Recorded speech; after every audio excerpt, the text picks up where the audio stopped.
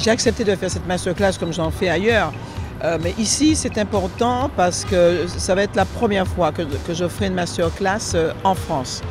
Et j'en ai fait beaucoup aux États-Unis, à l'étranger.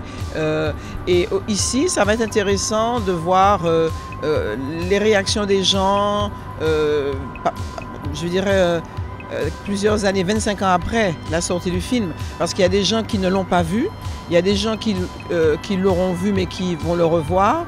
Et ce qui est surtout important aussi, c'est que beaucoup de gens ne savent pas que j'ai tourné ce film en pleine période d'apartheid.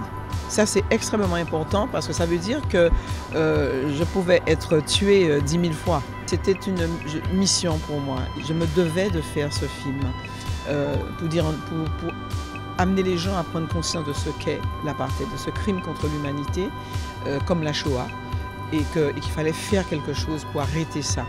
Et que j'étais prête à mourir pour ça, c'était pas grave.